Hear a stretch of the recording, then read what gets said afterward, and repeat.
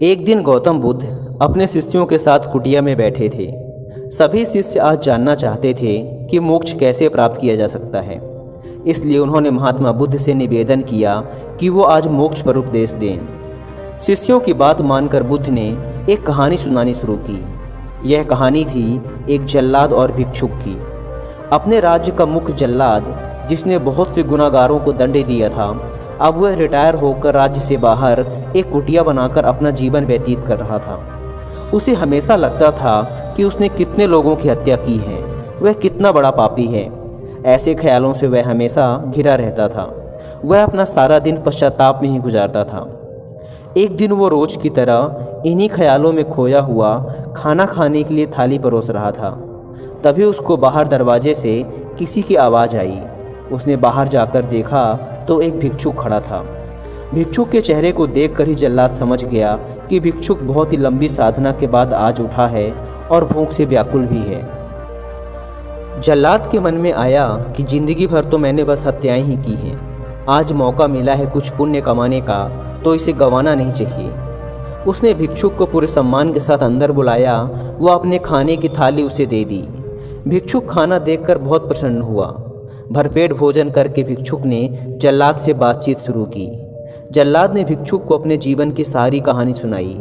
उसने बताया कि वह कैसे काम करता था, उसने कितने लोगों को फांसी दी और वह सोचता है कि वह कितना बड़ा अपराधी है। जल्लाद की वेदना सुनकर भिक्षुक बहुत ही शांत स्वर में बोले, क्या तुमने वो जीव हत्याएं अपनी मर्जी से की थी? जल्लाद ने कहा, नहीं, मैं तो बस मेरे राजा की आज्ञा का पालन कर रहा था। मेरा कोई इरादा नहीं था उन्हें मृत्युदंड या सजा देने का। तब भिक्षुक ने कहा, फिर तुम अपराधी कैसे हुए? तुम तो अपने राजा के आदेशों का पालन कर रहे थे। तब जाकर जल्लाद को एहसास हुआ कि वह किसी गलत काम के लिए जिम्मेदार नहीं था। उसका कोई दोष नहीं है, वह तो बस अपना दायित्व पूरा कर रहा था। इस प्रकार जल्लाद का मन शांत हो गया। फिर भिक्षुक ने जल्लाद को उपदेश दिया और उससे विदा ले ली। इस घटना के बाद से जल्लाद का मन शांत रहने लगा। उसने भिक्षुक द्वारा दिए गए उपदेशों व शिक्षाओं का पूरे नियम पूर्वक पालन भी किया, जिससे उसे ज्ञान की प्राप्ति हुई और उसकी मौत के बाद उसे मोक्ष प्राप्त हुआ। इतना कहकर बुद्ध ने अपनी कहानी को विराम दिया। सभी शिष्य बहुत ही आश्चर्य के साथ बुद्ध की ओर देख रहे थे। किसी को समझ नहीं आ रहा था कि जिसने इतनी सारी हत्याएं की हों, उसे मोक्ष कैसे प्राप्त हो सकता है। तब एक शिष्य ने यह दुविधा बुद्ध के सामने रखी। तब महात्मा बुद्ध ने शिष्यों को समझाया कि भिक्षुक के उपदेश से जल्लाद को ज्ञान प्राप्त हो गया था। जल्लाद के जीवन में पहली बार किसी ने उसे ज्ञान का उपदेश दिया था, जिसे उसने पूरे शांत चित्त और मन के साथ सुना था और समझा भी था। इसलिए मृत्यु के बाद उसे मोक्ष प्राप्त हुआ। अपनी बात को विराम देते हुए अंत में बुद्ध बोले, बिना ज्ञान के हजारों शब्दों का उपदेश भी बेकार है, किंतु जब शांत मन से उपदेश का एक शब्द भी सुन लिया जाए तो वह ज्ञान देता है और ज्ञान से ही मोक्ष की प्राप्ति होती है। दोस्तों, इस कहानी ने हमें सिखाया कि अपने कर्तव्यों का पालन बिना किसी दुर्भाव के पूरी ईमानदारी के साथ करना चाहिए। साथ ही अपने मन को हमेशा शांत रखना चाहिए, क्योंकि शांत मन से उपदेश सुनने पर ही वास्तविक ज्ञान की प्राप्ति हो सकती है, जो कि हमें मोक्ष की ओर ले जाता है। अतः महात्मा बुद्ध कहना चाहते थे कि केवल आत्मज्ञान से ही मोक्ष की प्राप्ति संभव है।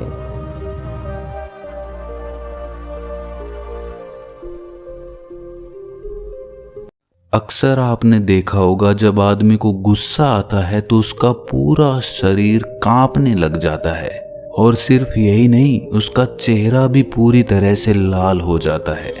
गुस्सा हम करते तो दूसरों पे हैं, लेकिन उसमें जलना हमें ही पड़ता है। हमारे शरीर की एक बहुत बड़ी ऊर्जा उस गुस्से की वजह से खत्म हो जाती है। आज की इस बोध कहानी में हम जानेंगे कि गुस्सा जन्म कैसे लेता है, और अगर हम ये समझ लेते हैं तो हम उस गुस्से से भी छुटकारा पा सकते हैं। लेकिन उससे पहले हमें समझना होगा कि ये गुस्सा आखिर पैदा कहाँ से होता है।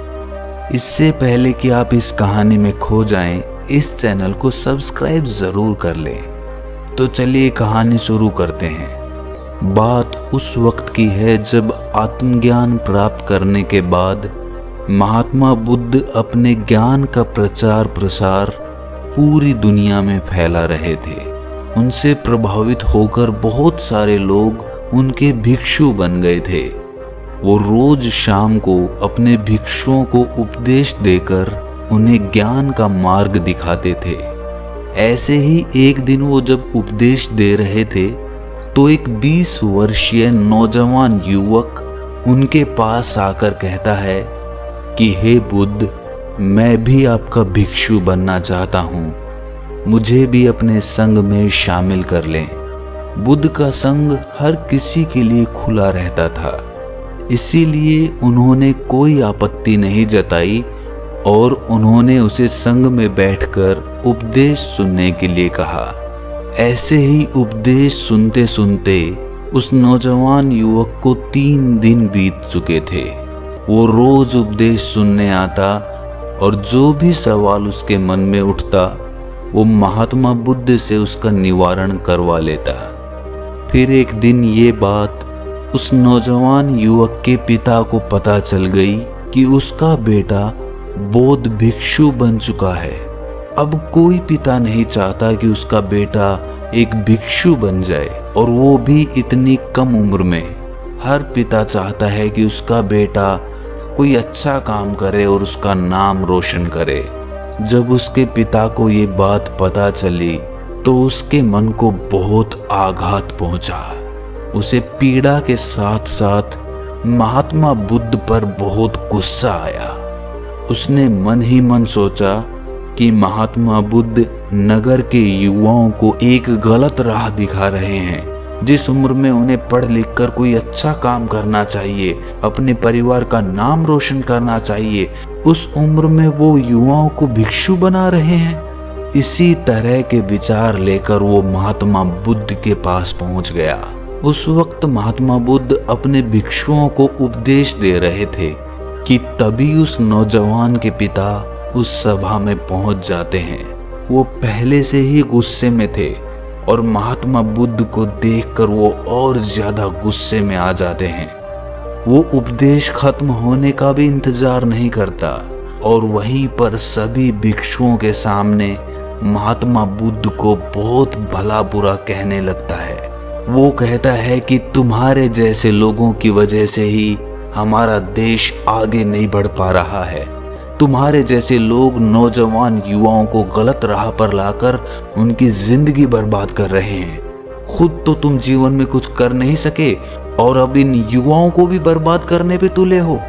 ऐसे ही ना जाने क्या क्या शब्द उसने महात्मा बुद्ध को कह डाले, लेकिन महात्मा बुद्ध ने कोई प्रतिक्रिया नहीं दी। वो चुपचाप उनकी बातें सुनते रहे। कोई प्रतिक्रिया ना मिलती देख वो युवक और भी ज्यादा गुस्से में आ गया। अब उसके शब्दों का पिटारा खाली हो चुका था। उसके पास ऐसा कोई शब्द नहीं बचा था या कोई गाली नहीं बची थी जो उसने महात्मा बुद्ध को ना कह डाली हो। जब आखिर में सब कुछ कह लेने के बाद भी उसका गुस्सा शांत नहीं हुआ तो उसने और ज्यादा गुस्से में आकर महात्मा बुद्ध के चेहरे पर थूक दिया। ये देखकर उनके भिक्षु बहुत ज्यादा गुस्से में आ गए। वो उठकर उस युवक को बाहर भेजने ही वाले थे कि महात्मा बुद्ध ने इशारे से उन्हें रुकने के लिए कहा। इतनी गालियां देने के बाद और महात्मा बुद्ध के चेहरे पे थूकने के बाद उस आदमी का गुस्सा थोड़ा शांत हुआ और वो वहां से अपने बेटे को लेकर चला गया। उसके जाने के बाद भिक्षुओं ने पूछा कि हे बुद्ध, वो आदमी आपसे इतनी जली कटी सुना के गया। जली कटी सुनाने को तो छोड़ो, उसने आपके चेहरे पे थूक भी दिया। ये देखकर जब हमारा मन इतना गुस्से से भर गया तो आप इतने शांत कैसे रह सके? आपने उसको कोई जवाब क्यों नहीं दिया? इस पर महात्मा बुद्ध कहते हैं कि मुझे उस आदमी पर गुस्सा नहीं आया, मुझे उस पर दया आ रही थी। ये सुनकर सभी भिक्षु आश्चर्यचकित हो गए। उन्होंने पूछा कि इसमें दया की क्या बात थी बुद्ध? तब बुद्ध कहते हैं कि जब आदमी के पास अपने गुस्से को जाहिर करने के लिए कोई शब्द नहीं बचते हैं तो वो अपना गुस्सा किसी क्रिया के माध्यम से व्यक्त करता है। वो आदमी मुझे सब कुछ कह चुका था, लेकिन जब उसके शब्द खत्म हो गए और उसका पूरा गुस्सा बाहर नहीं निकल कर आया तो आखिर में उसने मेरे चेहरे पे थूक कर अपना गुस्सा बाहर निकाल दिया। उस आदमी का गुस्सा इस थूकने की क्रिया से ही खत्म हो सकता था। शब्दों के माध्यम से उसका गुस्सा कभी पूरी तरह से खत्म नहीं होता, क्योंकि शब्दों की अपनी कुछ खामियां होती हैं। शब्द पूर्ण रूप से आदमी के भाव उजागर नहीं कर सकते, लेकिन कोई क्रिया करने से उस आदमी के भाव पूरी तरह से उजागर हो जाते हैं। और वही उस आदमी ने किया। उसने थूकने की क्रिया करके अपना गुस्से का भाव पूरी तरह से उजागर कर दिया और इसके बाद उसका मन भी शांत हो गया। तभी एक भिक्षु ने पूछा, लेकिन हे बुद्ध, इसमें आपको उस आदमी पे दया कैसे आई?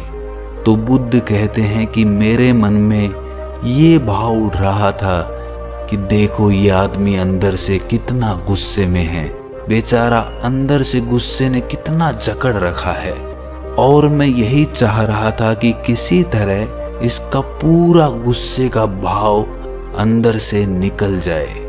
ये सुनने के बाद बौद्ध भिक्षु कहता है कि हे बुद्ध, मैं आपकी बात पूरी तरह से समझ नहीं पाया। इस पर बुद्ध कहते हैं कि तुम जल्द ही समझ जाओगे। ऐसे ही 3 दिन और बीत गए थे। अब 3 दिनों के अंतराल में उस युवक के पिता का मन पूरी तरह से शांत हो चुका था और अब उसे अपनी गलती का एहसास होने लगा था। उसने सोचा कि मैंने गुस्से में बहुत ज्यादा अति कर दी। मैं गुस्से में इतना अंधा हो गया कि मैंने बुद्ध के चेहरे पर सबके सामने थूक दिया। अपनी इस गलती का एहसास करके उसका मन पश्चाताप से भर गया और इस पश्चाताप से भरे हुए वो 3 दिनों के बाद फिर से उस सभा में पहुंच जाता है और हाथ जोड़कर बुद्ध से माफी मांगता है। उसके मन में माफी का भाव इतना ज्यादा उमड़ रहा था कि जब शब्द कम पड़ गए माफी मांगने के लिए तो वो आदमी महात्मा बुद्ध के चरणों में गिर पड़ा। तब महात्मा बुद्ध ने उस भिक्षु से कहा कि देखो, जिस तरह उस दिन ये आदमी शब्दों के माध्यम से अपने गुस्से के भाव को प्रदर्शित नहीं कर पा रहा था, उसी तरह आज भी शब्दों के माध्यम से ये अपना क्षमा मांगने का भाव भी प्रदर्शित नहीं कर पा रहा है। इसीलिए ये चरण पकड़कर अपने भाव व्यक्त कर रहा है। ये दृश्य देखकर वो भिक्षु समझ गया कि कोई भी भाव जब अपनी अति में होता है तो वो शब्दों से व्यक्त नहीं किया जा सकता, वो क्रिया के माध्यम से ही व्यक्त होता है। इसीलिए श्रोताओं, अगर कोई आदमी बहुत ज्यादा गुस्से में हो और गुस्से में वो किसी को चोट पहुंचा दे तो ये समझ लेना आवश्यक होता है कि ये गुस्से का भाव शब्दों के माध्यम से व्यक्त नहीं हो सकता था। बहुत बार ऐसा होता है कि हमारी माँ या हमारे पिता हमें गुस्से में थप्पड़ तक मार देते हैं और हम ये सोचकर दुखी हो जाते हैं कि हमारे पिता ने हमें थप्पड़ मार दिया। लेकिन सोचने की बात यह है कि उनका जो भाव था वो और किसी तरह से व्यक्त ही नहीं हो सकता था। अगर एक भी श्रोता हमारी इस कहानी के मर्म को समझ लेता है तो ये कहानी सुनाने का हमारा मकसद पूरा हो जाएगा। अगर ये कहानी अच्छी लगी तो इस चैनल को सब्सक्राइब ज़रूर कर लें। तो मिलते हैं अगली किसी कहानी में, तब तक के लिए अपना ख्याल रखें।